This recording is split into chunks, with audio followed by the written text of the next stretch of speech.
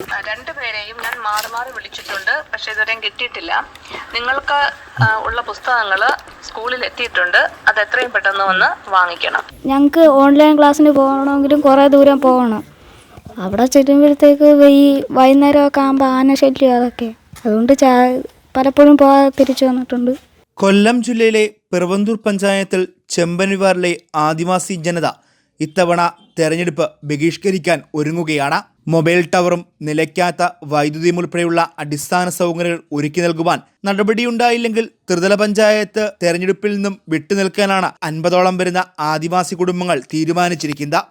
മേഖലയിലെ പെൺകുട്ടികൾ ഉൾപ്പെടെ വനമേഖലയിലൂടെ സഞ്ചരിച്ച കിലോമീറ്റർ അകലെയുള്ള പാറയുടെ മുകളിൽ എത്തിയാൽ മാത്രമേ മൊബൈൽ ഫോണുകൾക്ക് റേഞ്ച് ഉള്ളൂ.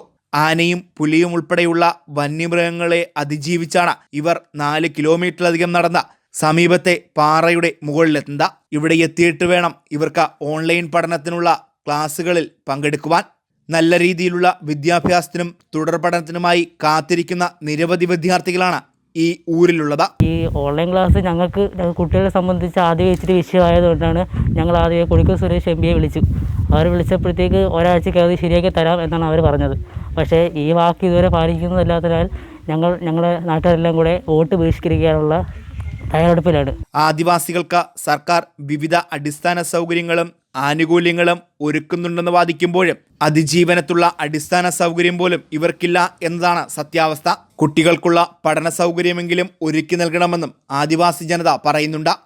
പാറമുകളിലും മരത്തിന് മുകളിലുമൊക്കെ കയറിയിരുന്നാണ് ഇവിടുത്തെ കോളനി നിവാസികൾ, ഇവിടുത്തെ കുട്ടികൾ ഉൾപ്പെടെ ഈ പഠനവും മറ്റ് ആശുപത്രി കാര്യത്തിനും ഫോൺ വിളിക്കുന്നതും വാഹനങ്ങൾ സൗകര്യത്തിനുമെല്ലാം ഫോൺ വിളിക്കുന്ന ഒരവസ്ഥ.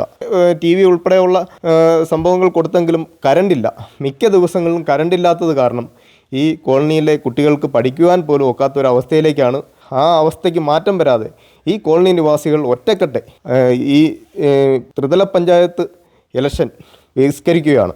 ആശുപത്രി ഉൾപ്പെടെയുള്ള ആവശ്യങ്ങൾക്ക് ഒരു വാഹനം വിളിക്കുവാൻ പോലും മൊബൈൽ ഫോണിന്റെ സൗകര്യം ഇവർക്കില്ല.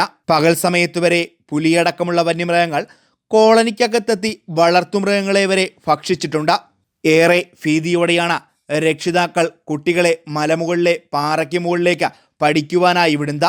KB ഗണേഷ് കുമാർ MLA പ്രാദേശിക വികസന ഫണ്ട് ഉപയോഗിച്ച ഓൺലൈൻ പഠന സൗകര്യത്തിനായി അംഗൻവാടിയിൽ ടെലിവിഷൻ വാങ്ങി നൽകിയിട്ടുണ്ടെങ്കിലും മിക്കപ്പോഴും വൈദ്യുതി മുടക്കമായതിനാൽ അതും പ്രയോജനപ്പെടുന്നില്ല.